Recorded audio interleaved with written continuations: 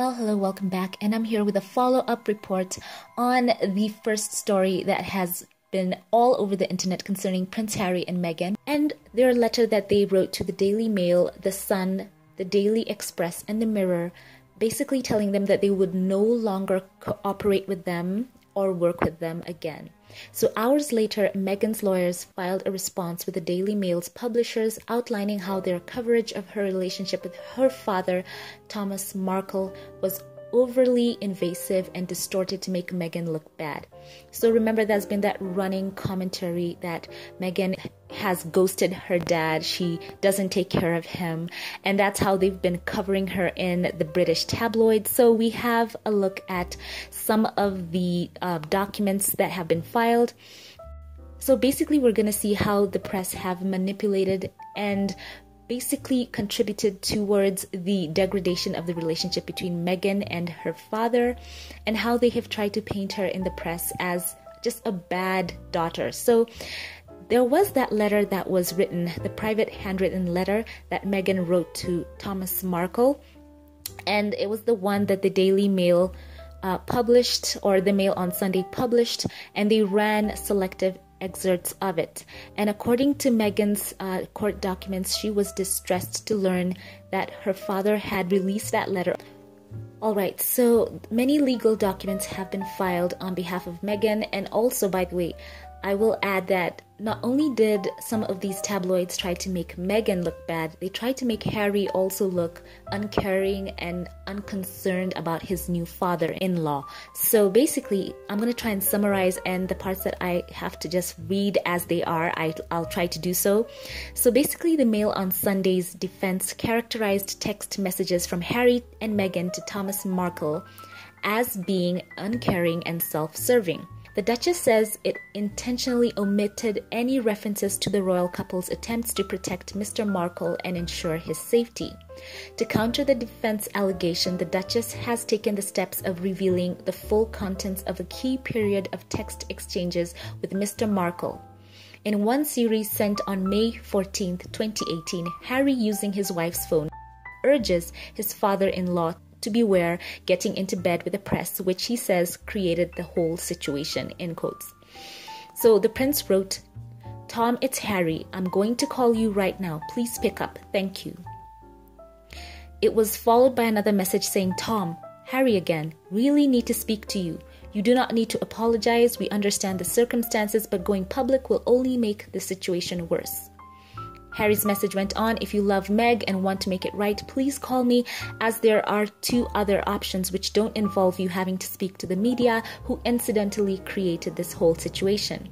Prince Harry wrote, "So please call me so I can explain. Meg and I are not angry, we just need to speak to you, thanks. Oh, and speaking to the press will backfire, trust me, Tom. Only we can help you, as we have been trying from day one." The legal document explains that instead of speaking to his daughter, Mr. Markle issued a public statement through US gossip website TMZ that he had gone to hospital because he had suffered a heart attack, and that was the first she knew of his condition. The next day, May 15th, 2018, Miss Markle, that's how they write concerning Meghan in these documents, just as a by the way. So Miss Markle wrote to Mr. Markle in a message described in its defense as merely asking him to call her.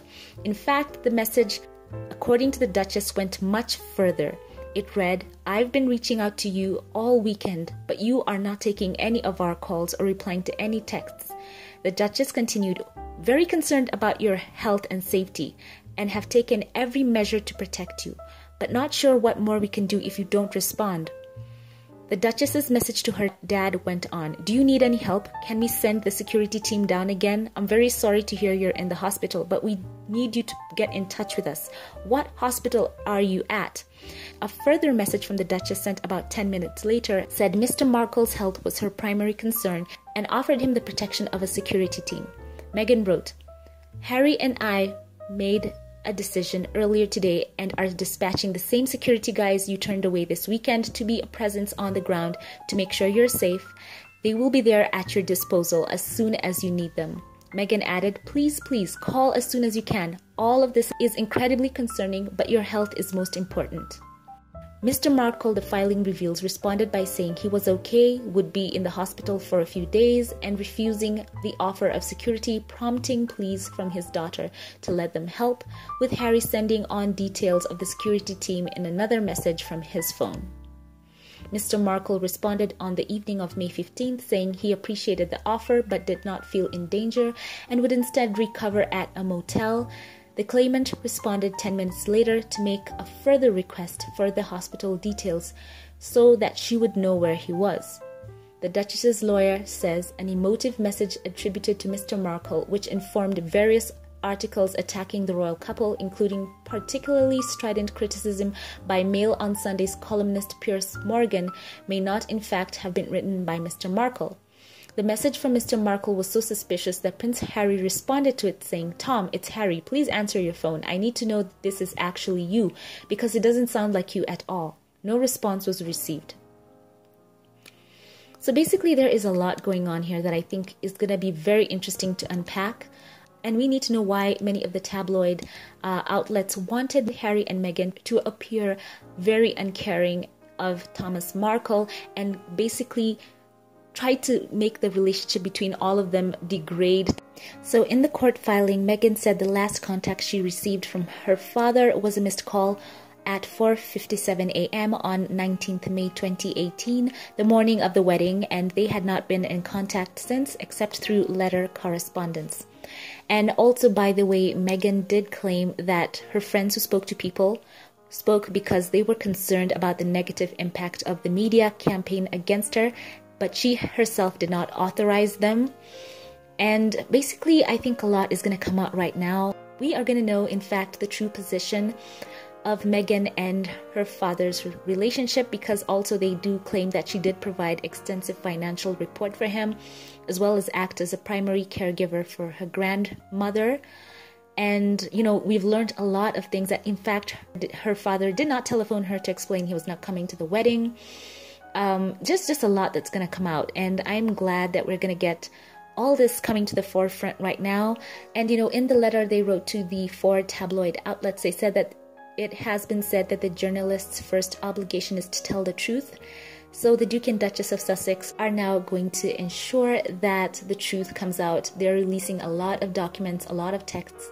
So we do see, in fact, there has been that relationship between Prince Harry, Meghan, and her dad that has over time become strained, with a lot of help from the media and them taking advantage of her, Meghan's family, that is, and constantly interviewing them, constantly also these tabloids printing lies about the Duke and Duchess of Sussex. So I'm glad we're having this all out here in the forefront. So share your thoughts about this. I would like to know what you think. And now I would like to thank my Patreon supporters for my channel.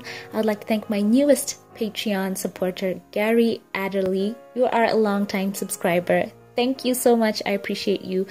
And also thank you to Scotty Brown, Kristen Rowe, and Diane Hawkins. Thank you all from the bottom of my heart. I love you all so much. So thank you all for watching this. Leave your thoughts once again. If you liked it, don't forget to give this video a thumbs up, click subscribe. I would love to see you here again. Now be on the lookout for more fun videos, reactions, and I will catch you in the next one. Have a blessed one.